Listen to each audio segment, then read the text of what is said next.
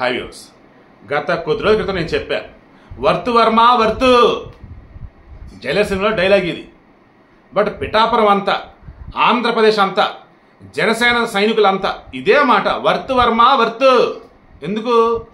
Pithapuram TDP incharge ఉన్నారు కదా వర్మ, అతను చెప్పాడు పవన్ కళ్యాణ్ గెలిపించుకునే బాధ్యత నాది.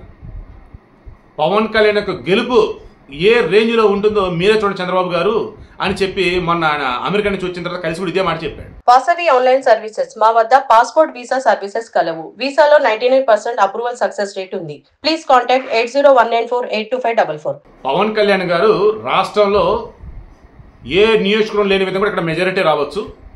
ఒకవేళ మెజారిటీ ఫస్టో సెకండో కాకపోయినా మునిపెన్నడూ లేని విధంగా పిఠాపురంలో పవన్ కళ్యాణ్ మెజారిటీ ఉండబోతుందని చెప్పేసి అన్నాడు.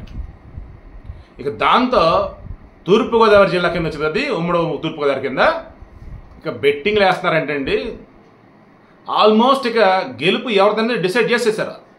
ఎవరిది?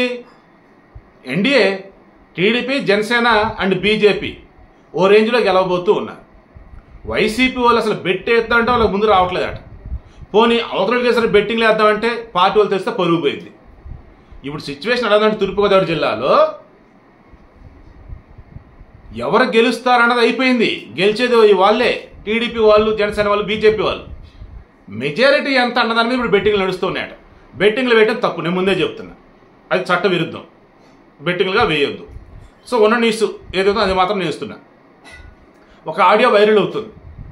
ఆఫ్ కోర్స్ గత కొద్ది రోజులుగా రాష్ట్రం అంతా కూడా ఇదే హడావుడి నడుస్తుంది. ఏంటి? మొన్నటి వరకు ఈ వైసీపీ వాళ్ళు కొంచెం సైలెంట్గా ఉంటా ఉన్నారు. బట్ అకస్మాత్తుగా వైసీపీ మరలా గెలవబోతోంది, జగన్ ముఖ్యమంత్రి కాబోతున్నాడు, జూన్ 9న వచ్చేసి వైజాగ్లో ప్రమాణ స్వీకారం అంటే రఘురామకృష్ణరాజు టీడీపీ అతను అన్నాడు, ఎక్కడ పిచ్చాసుపత్రిలోనా? జూన్ 9 పిచ్చాసుపత్రి ప్రమాణ స్వీకారం చేయాలి, కనీసం అప్పుడే ట్రీట్మెంట్ అందిస్తారులే అని ఆయన ఎకరంగా అంటా ఉన్నాడు.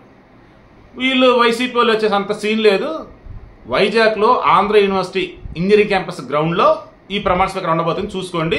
ఆల్రెడీ ఇప్పటికే వైజాగ్లో ఉన్నటువంటి హోటల్ అన్ని కూడా బుక్ అయిపోయినాయి, ఫ్లైట్లు కావచ్చు, బస్సులు వచ్చి టికెట్లు లేవని చెప్పి అన్నారు.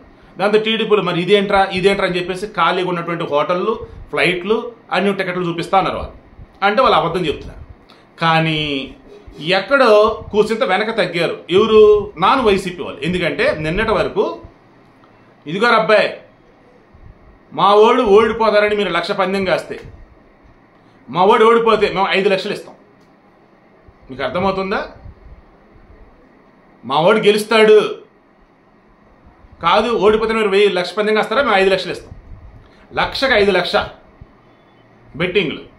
వాళ్ళు ఏం చేశారు? ఇప్పుడు 2 లక్షలకు వచ్చారట. కారణం ఏంటి అంటే ఈ మధ్య వైసీపీ చూసిన హడావుడి, పోనీలే అట్టన్న వైసీపీని కాపాడారా బాబు అని అంటున్నారు. సో ఇప్పుడు పాయింట్కి వస్తా. పిఠాపురంలో అసలు ఏ రేంజ్లో బెట్టింగ్లు నడుస్తూ ఉన్నాయంటే మనకు అందుతున్న సమాచారం. అండ్ పిఠాపురంలో వైసీపీ ఎలా ఉనిగిపోతుందంటే, పిఠాపురంలో పిచ్చెక్కిపోతుంది అంటారు. లైక్ ఎలా ఒక రకమైనటువంటి excitement, enthusiasm, craze feeling, like ఇవన్నీ. అలా జనసేన టీడీపీలు పిఠాపురాన్ని సమయం చూసుకుంటా ఉంటే పవన్ కళ్యాణ్ మెజారిటీ ఎంతరా? 1,00,000, 1,10,000, 1,20,000, 1,00,000కి తగ్గదురా ఈ వేలో ఉన్నారంటండి. సీరియస్లీ పిచ్చెక్కిపోతున్నారు. అసలు మెజారిటీ ఎంత? మెజారిటీ అంతే. ఓడిపోతాడన్న ఆలోచన దరిదాపులు కూడా లేదు అసలు వాళ్ళకి.